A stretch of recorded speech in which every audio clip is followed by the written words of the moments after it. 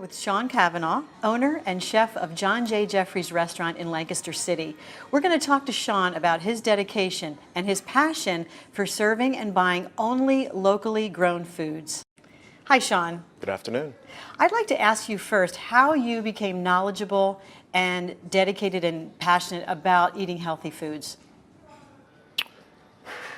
I think a lot of it started to change for me. My father died when I was young, and he was 41.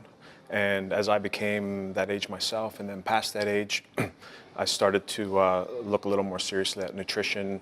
I'd always kind of knew, what the food pyramid was, and what the common, political dogma was on eating, but I wasn't always sold on it. And so I really started to do a lot of research for myself, and just lots and lots of reading and seeking people out that were very involved in nutrition and different ways of eating and stuff. So one of the first places that was a big eye-opener for me was the Weston A. Price Foundation, and going to them and going to a few of their seminars, and just the wealth of information that they had.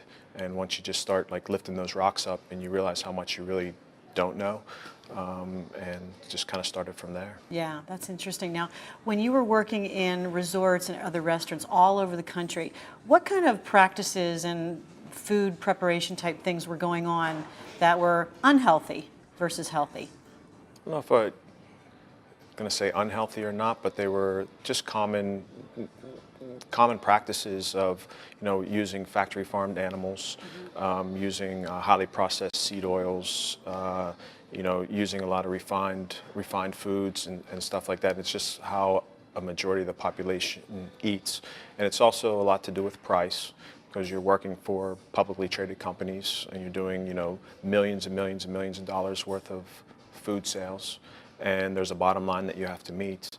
And the food obviously tastes good, it looks really good, but if you go back to the source of where it came from, how was it raised, what is it, right. And what is a factory farm, and that is just the common practice throughout the country. Right.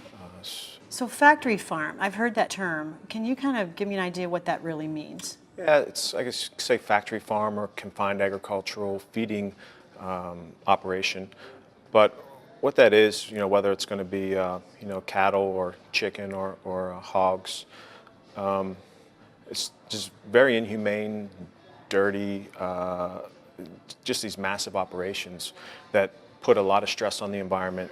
They put a lot of stress on the animals, and they put a lot of stress on the people that have to do those jobs. And basically, I think what it comes down to in a nutshell is the animals are not healthy, and so we're eating unhealthy animals. There's a lot of antibiotics and hormones used. There's a lot of low-dose antibiotics that is actually in the food, and it's all grain-fed. So if you look at cattle, for example, they are not, through evolution, they're not designed to eat grain, but it's a quick way to fatten them up. It's a high carbohydrate, low fat diet, and it puts a lot of weight on them. So the body of the animal reacts to that, and they're under stress, and they get sick. So the best way to nip that in the bud, I guess, is to do the low-dose antibiotics that's in the food. Then you run into the problem of antibiotic-resistant bacteria and just basically sick animals. Whereas if you go to a farm that's raising their cattle outside on grass, there's really no need. I mean, you're going to need some mineral supplements and stuff, but you don't need all the drugs and the hormones and the steroids and all that stuff to raise that meat. And you don't need all that extra oil and petroleum as well, because you're letting the sun do the work to grow the grass for the cows to eat the grass. Then the cows ferment the grass into protein and go from there. Wow, this is what people really need to know to be healthy. Now, about your restaurant, how did that come about? I have a great business partner. His name's Michael Carson, and he's a chef as well. And we had worked together throughout the years. And in midsummer of 2006, this opportunity came up for us here at the Arts Hotel to, take the space and open a restaurant. So we teamed up, and we opened in November of 2006.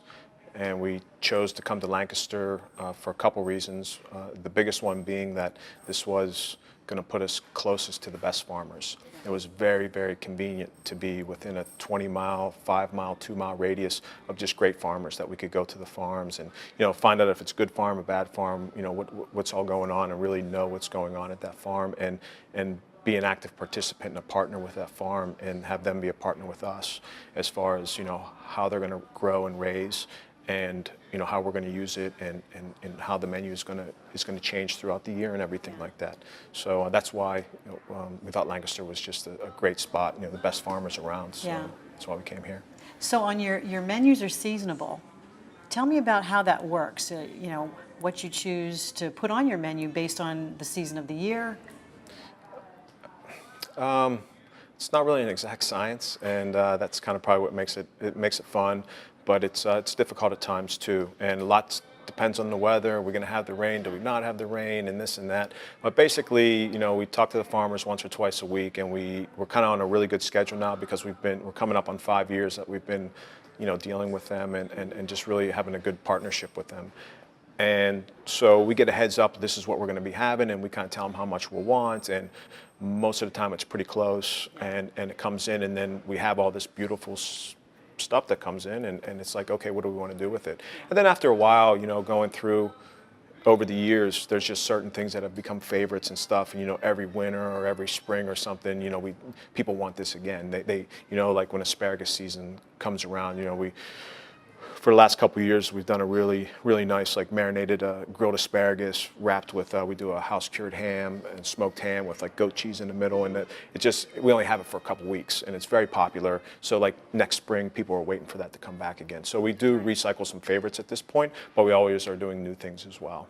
I want to ask you about oils. A lot of my clients with NutriFreak talk to me about what are good oils, what are bad oils, the fats and things like that. And what I've been hearing about a lot is coconut oil and how healthy that is for cooking. Can you give me some feedback on that one? I enjoy coconut in all shapes and forms. I do think it's very healthy. Unfortunately, it is probably one of the ingredients that we use that is not local. We haven't found any local coconut farmers yet, but we're working on that. It's getting warm enough, so might get there. Yeah, I think that coconut oil is really good. It's very heat stable. So I think it's a good, when you look at maybe clarified butter or ghee, lard, beef fat, tallow, and coconut oil, they're just really good oils to cook with that are stable, and there's no molecular damage at the higher heats that you use. Right. They taste great. They're very satiating, and I think that for coconut oil especially, I think that helps a lot with your lipid profile as far as raising HDL, and it's anti-inflammatory, and there's just a lot of really cool things with it, and it's pretty inexpensive as well. The other thing I wanted to talk to you about, who is your typical customer that visits John J. Jeffries, or is there a I'm trying to figure that out for 5 years. I don't know. Most of our business is local business, but we have a lot of people that travel here from DC, Philadelphia, New York, Baltimore, that come in a lot of times on the weekends, and we're getting more and more of that now. And then we also have a pretty large, actually, believe it or not, European clientele, and a lot of them are here. There's all these businesses in Lancaster that, are involved with Europe and stuff. And last night, for example, we probably had 25 people in the restaurant from France. Wow. And they get used to coming here, and they love the tartare, they like this, and they really like the restaurant, so they really support us, and they're in town a couple times a year. Whether it's, we have a group coming in from Switzerland or Belgium or France, a lot of Germans and stuff. It's really neat. So there's all kinds of little segments to our business. Yeah. The other thing I wanted to ask you about was bison. There's a lot of talk about bison being healthier than beef. Mm-hmm. It's grass-fed, apparently, and but then I've heard some other things about it, as far as it maybe not being as healthy as we originally thought. If raised properly, I think bison is great. Okay. We did do a lot of bison on our menu when we first opened.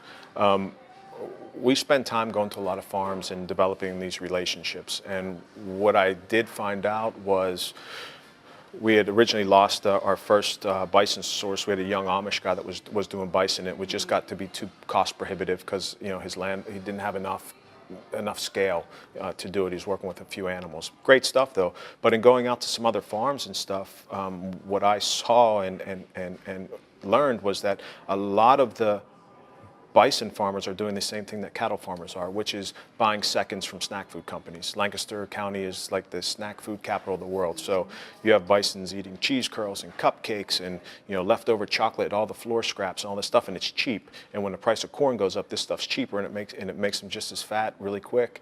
And that takes all the benefit away from bison at that point. So they just throw it out there? I mean, aren't they wild animals? It's kind of like backloaders. No, you'll see a lot of them. They will pen them in, and a lot of places are cutting the horns off and doing a lot of different things. And there's got to be a happy medium somewhere there. But we found a few that the bison are still out and running around, and we found a couple farmers that are doing it the right way. We're still trying to make it work so that we can do some business with them, and hopefully we will. But we also saw a lot of the wrong things going on too, and it was really a shock, eye-opening thing. And I shouldn't have been surprised, but that's just what the corporate agriculture, what drives it all. It's pretty sad. Sean, in my business, I have a lot of clients, and one of the burning questions is, what do I do when I go out to eat? How do I eat healthy? How do I know it's healthy? Substitutions, things like that. So knowing that you have this amazing restaurant, I have a place to send them to. But give me a little feedback on that. That is a bit of a sore point with me. I guess most part I like to see people, go to farmers markets, find a good place and buy good food and cook at home. Exactly. And spend less time watching the food channel and actually more time doing it themselves. And there is enough time to do that. But also, you can listen to a lot of really smart people talk about food that are, they're just on a different level than I am. PhDs, and they can talk about the biochemistry and all this different stuff that happens, and why coconut oil is good, or all this different stuff. And restaurants, when these guys talk, are always the demons. They're always the bad guys, and that's because they are. They're always, for the most part, a majority are just trying to get as much money to the bottom line as possible. We all have to pay our bills, and we all have to, pay our employees, and you have to make a living. But I don't know if there's enough consumer demand for it. And we do it here because that's what we personally chose to do, and people make a choice to support us through that, and we do well.